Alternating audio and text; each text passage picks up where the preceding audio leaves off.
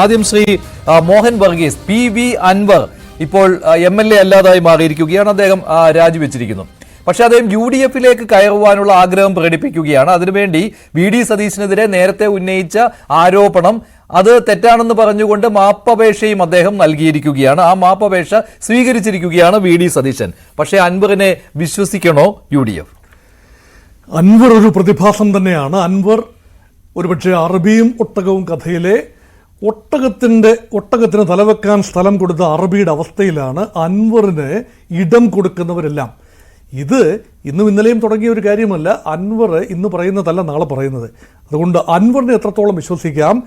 അൻവർ നേരിട്ട് സ്വന്തം വാഗ്വിലാസത്തിൽ മാത്രം കാര്യങ്ങൾ ചെയ്യുകയാണോ അതോ ആരുടെയെങ്കിലും ഏജന്റായി കാര്യങ്ങൾ നടത്തിയെടുക്കുകയാണോ എന്ന ഒരു സംശയം കുറെ കാലമായിട്ട് ബലപ്പെട്ടിട്ടുണ്ട്. അൻവർ തന്നെ ഇപ്പോൾ സമ്മതിക്കുകയാണല്ലോ അൻവറിനെ പറഞ്ഞു വിട്ടതാണ് എന്ന്. അത് CPM-ൽ പിണറായി വിജയനെതിരെയുള്ള ഒരു നീക്കത്തിന്റെ ഭാഗമായിട്ടായിരുന്നുവെന്ന് അത് അൻവർ തന്നെ സമ്മതിക്കുന്നു. നമ്മൾ നേരത്തെ ചർച്ച ചെയ്ത വിഷയമാണിത്, ഈ അൻവർ ആരോപണങ്ങൾ ഉന്നയിച്ച സമയത്ത്. പക്ഷെ അൻവർ ഇപ്പോൾ അത് തന്നെ പറയുകയാണ്, പിണറായി വിജയനെതിരെയുള്ള ഒരു നീക്കമായിരുന്നു, അത് വെളിയിൽ നിന്നല്ല പാർട്ടിയിൽ നിന്ന്. അതിന് ദൂരവ്യാപകമായ ഫലങ്ങൾ ഉണ്ടാകും. പാർട്ടിക്കുള്ളിൽ തന്നെ ആഴത്തിലുള്ള വിഭാഗീയതയൊക്കെ പരമാവധി മൂടി വെക്കുന്ന ഒരു കാലഘട്ടമാണിത്. മുൻപുണ്ടായിരുന്ന അച്യുതാനന്ദൻ അതുപോലെ പിണറായി അച്യുതാനന്ദൻ രണ്ട് പേരും മുഖാമുഖം നിന്ന ഒരു വിഭാഗീയതയുടെ കാലഘട്ടം അവസാനിച്ച് ഇപ്പോൾ ഏകപക്ഷീയമായി പിണറായി യുഗത്തിലാണ് ഇപ്പോൾ CPM. അവിടെ ഒളിഞ്ഞു മാത്രമേ, തെളിഞ്ഞൊന്നും ചെയ്യാനാവില്ല, ഒളിഞ്ഞു മാത്രമേ വെട്ടാൻ സാധിക്കൂ. അങ്ങനെ ഒളിവെട്ടിനായി ഉപയോഗിച്ച ഒരു വജ്രായുധം, ആ വജ്രായുധം തന്നെ നേരെ തിരിഞ്ഞിരിക്കുന്നു. അത് കമ്മ്യൂണിസ്റ്റ് പാർട്ടി മാർക്സിസ്റ്റിനുള്ളിൽ ഉണ്ടാക്കാൻ സാധ്യതയുള്ള വലിയ തോതിലുള്ള ചലനങ്ങൾ, അതായിരിക്കും ഒരു പക്ഷേ പ്രധാന വാർത്ത.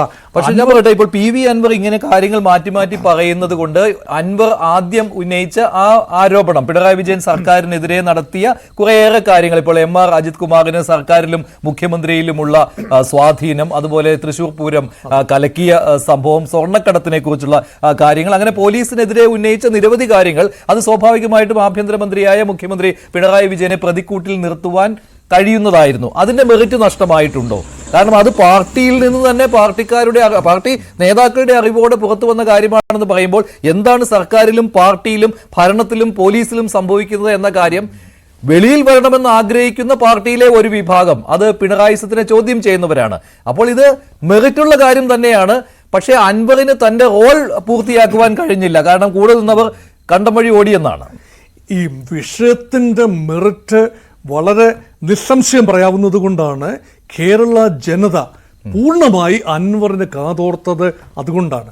പക്ഷെ ഇതിനെ ഒരു ലോജിക്കൽ കൺക്ലൂഷനിൽ എത്തിച്ചു നിർത്തുന്നതിന് അൻവറിന് കഴിഞ്ഞില്ല എന്നതാണ് യാഥാർത്ഥ്യം. അത് മുഖ്യമന്ത്രി പിണറായി വിജയന്റെ മിടുക്ക്. അത് പിണറായിയുടെ മിടുക്കാണ്. കാരണം ഇവിടെ സംവിധാനത്തെ നയിക്കാൻ, പോലീസിനെയും രഹസ്യാന്വേഷണ സംവിധാനത്തെയും നയിക്കാൻ ഭരണകൂടത്തിന് സാധിക്കും. ഇത് അറിയാത്തവരല്ല, അൻവറിനെ ഇളക്കി വിട്ടവർക്ക് ഇതറിയാത്തവരല്ല. പക്ഷേ ആ സമയത്ത് അൻവർ അവരെ വിശ്വസിച്ചു, കണ്ണുമടച്ച് വിശ്വസിച്ചു എന്നതാണ് അൻവറിൻ്റെ ഭാഗത്തുള്ള ഒരു പരാജയം. അതുമാത്രമല്ല, ഒരേ സമയം തന്നെ പല യുദ്ധങ്ങൾ ചെയ്യാൻ അൻവർ മുതിരുമ്പോഴാണ് അൻവറിൻ്റെ ഒരു രാഷ്ട്രീയ പക്വത ചോദ്യം ചെയ്യപ്പെടുന്നത്. ആദ്യം അൻവർ പറഞ്ഞത് ആളുകൾ കാതോർത്ത് കേട്ടു. കാരണം ആളുകൾ എന്താണ് കേൾക്കാൻ ആഗ്രഹിച്ചത്, ഒരുപക്ഷെ ഭരണവിരുദ്ധ വികാരം നെഞ്ചിലേറ്റിയ ആളുകൾ എന്താണോ ആഗ്രഹിച്ചത് അത് പ്രതിപക്ഷ നേതാവിൻ്റെ ശബ്ദത്തേക്കാൾ ഉയർന്നു നിൽക്കുന്ന ശബ്ദത്തിൽ അൻവറിൽ നിന്ന് കേട്ടപ്പോൾ അവരുടെ കാതുകൾക്ക് അത് ഇൻപമായി. അപ്പോൾ അവിടെ അൻവറിൻ്റെ പുതിയ ഓരോ പത്രസമ്മേളനം വിളിക്കുമ്പോഴും, ദീർഘമായ സമ്മേളനങ്ങളാണ് കേട്ടോ, ഇതെല്ലാം കാതിലുള്ള വിഷയങ്ങളാണ് ഓരോ ദിവസവും വരുന്നത്. പിന്നെ അൻവറിന് പുതുമ നഷ്ടപ്പെട്ടു. അങ്ങനെ നഷ്ടപ്പെടുന്ന സമയത്താണ് അൻവർ തൻ്റെ തട്ടകം കുറച്ചുകൂടെ മാറ്റി പിടിക്കുന്നത്. അങ്ങനെയാണ് അൻവർ ഒരു മുസ്ലിം ഫേസ് എന്നുള്ള നിലയിൽ നിന്നും, മധ്യവർഗത്തിൻ്റെ അല്ലെങ്കിൽ അടിസ്ഥാന വർഗത്തിൻ്റെ ഒരു പോരാട്ട വീര്യം എന്ന നിലയിൽ നിന്നും മലയോര കർഷകരുടെ പ്രതിനിധിയായി, മലയോരത്തെ പ്രത്യേകിച്ച് കുടിയേറ്റ മേഖലയിലെ ക്രൈസ്തവരും മുസ്ലിങ്ങളും അടങ്ങുന്ന കുടിയേറ്റ മേഖലയിലെ ജനങ്ങൾ, വന്യജീവികളും മനുഷ്യനും തമ്മിലുള്ള സംഘർഷം, ഇതുപോലെയുള്ള വിഷയങ്ങൾ ഒരു ആഫ്റ്റർ തോട്ട് എന്നുള്ള നിലയിൽ അൻവർ എടുക്കുന്നത്. അതുകൊണ്ടാണ്. അത് മാത്രമല്ല, അത് അൻവറിന് രാഷ്ട്രീയമായി ഗുണം ചെയ്യുന്നതിന് വേണ്ടിയാണ്. അടുത്ത തട്ടകം ഏതാണ് എന്ന് അദ്ദേഹം തീരുമാനിച്ചു കഴിഞ്ഞു, അങ്ങോട്ട് പോകുവാനുള്ള ഒരു തന്ത്രമാണ്.